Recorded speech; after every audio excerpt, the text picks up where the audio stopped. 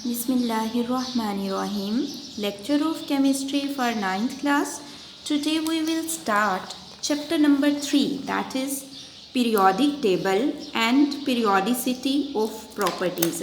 So students, we need to know that what is periodic table. So periodic table एक ऐसा table है जिसमें elements को systematic manner में अरेंज किया जाता है. पीरियोडिक टेबल क्या है? पीरियोडिक टेबल एक ऐसा टेबल है जिसमें एलिमेंट्स को सिस्टमैटिक मैनर में अरेंज किया जाता है. अगर हम periodic table and periodicity of properties इस चैप्टर के इंट्रोडक्शन की बात करें तो 19th सेंचुरी में केमिस्ट जो हैं उन्होंने बहुत एफर्ट्स की कि वो एलिमेंट्स जो उस वक़्त तक अरेंज हो चुके थे उन्हें एक सिस्टमैटिक मैनर में अरेंज कर सकें. तो फिर जब उन्होंने एलिमेंट को एक सिस्टमैटिक मैनर में अरेंज किया तो एज अ रिज़ल्ट जो टेबल बना उसे पीरियोडिक टेबल का नाम दिया गया. अब इस टेबल को क्यों बनाया गया और इसकी खसूसियात क्या थी? बनाया क्यों गया? इसलिए बनाया गया कि एलिमेंट्स को एक सिस्टमैटिक मैनर में अरेंज किया जा सके. और इसकी खसूसियात क्या थी? इसकी खसूसियात ये थी कि इसमें ये टेबल जो है उन एलिमेंट्स की प्रॉपर्टीज़ को भी शो करता था जो अभी तक डिस्कवर नहीं हुए थे. अगर हम पीरियोडिक टेबल की बात करें तो पीरियोडिक टेबल में कॉलम्स होते हैं और रोज़ होती हैं, ठीक है, जिन्हें हम पीरियड्स और ग्रुप्स कहते हैं. फॉर एग्जांपल अगर हम बात करें वर्टिकल कॉलम्स की तो उन्हें हम ग्रुप्स का नाम देते हैं, और अगर हम बात करें हॉरिजॉन्टल रोज़ की तो उन्हें हम पीरियड्स का नाम देते हैं. लाइक स्टूडेंट्स, ये देखें, ये आपके सामने पीरियोडिक टेबल है. तो इसमें ये जो वर्टिकल कॉलम्स हैं इस तरह से जो आपको नंबरिंग में दिखाई दे रहे हैं 1 2 3 4 5 6 7 8 एंड सो ऑन. बच्चे ये वर्टिकल कॉलम्स हैं और इन्हें हम ग्रुप्स का नाम देते हैं. और इसी तरह से ये आपके पास हॉरिजॉन्टल रोज़ हैं जो कि जिनको इस तरह से नंबर दिया गया है 1 2 3 4 5 6 and 7. These are called periods. ठीक है, जो हॉरिजॉन्टल रोज़ हैं उन्हें हम पीरियड्स का नाम देते हैं और जो वर्टिकल कॉलम्स हैं उन्हें हम ग्रुप्स का नाम देते हैं.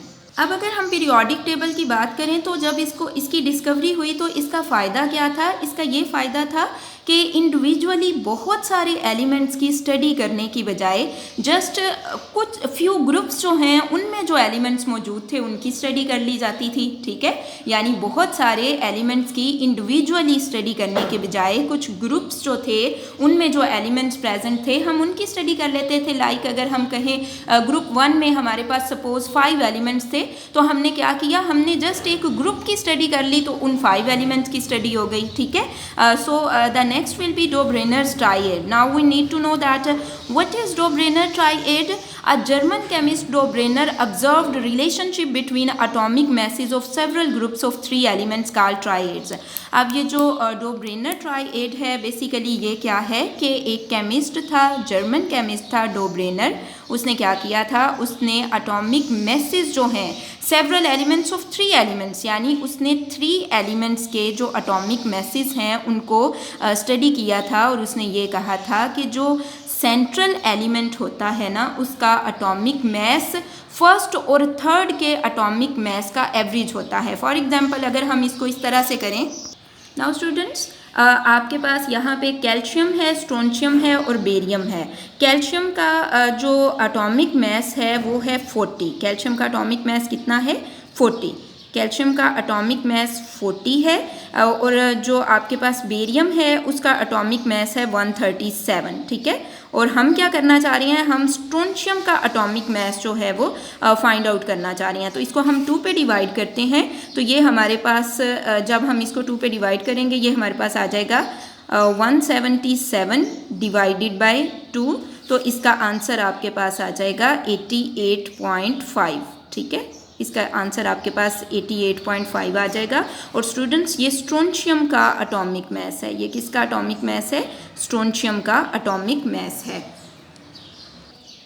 So the atomic mass of strontium is the average of atomic message of calcium and barium. तो इसको कहा जाता है डोब्रेनर ट्राइएड्स। और इसमें हम क्या चीज़ फाइंड कर सकते हैं, अगर हमें कैल्शियम का मैस पता है, एटॉमिक मैस पता है कि वो 40 है, और बेरियम का एटॉमिक मैस पता है कि वो 37 है, तो हम क्या करेंगे, 40 + 137 करेंगे, हमारे पास 177 आ जाएगा। उसको 2 पे डिवाइड करेंगे और हमारे पास स्ट्रोंशियम का एटॉमिक मैस आ जाएगा जो कि 88 है। Now students, mark the question related to that topic. So the first question will be differentiate between periods and groups. So the answer of this question will start from here and ends at this point. The second question will be what is triad? So the answer of this question will start from here and ends at this point. अब Urdu medium वाले students question mark कर लीजिए। तो first question जो यहाँ से बनेगा वो ये है कि पीरियड्स और ग्रुप्स में फ़र्क करें, तो इसका आंसर आप यहाँ से यहाँ तक लिखेंगे। सेकंड क्वेश्चन ये है कि ट्राइएड्स के बारे में आप क्या जानते हैं या ट्राइएड्स की तारीफ़ करें, तो इसका आंसर आप यहाँ से यहाँ तक लिखेंगे। This is end of your lecture.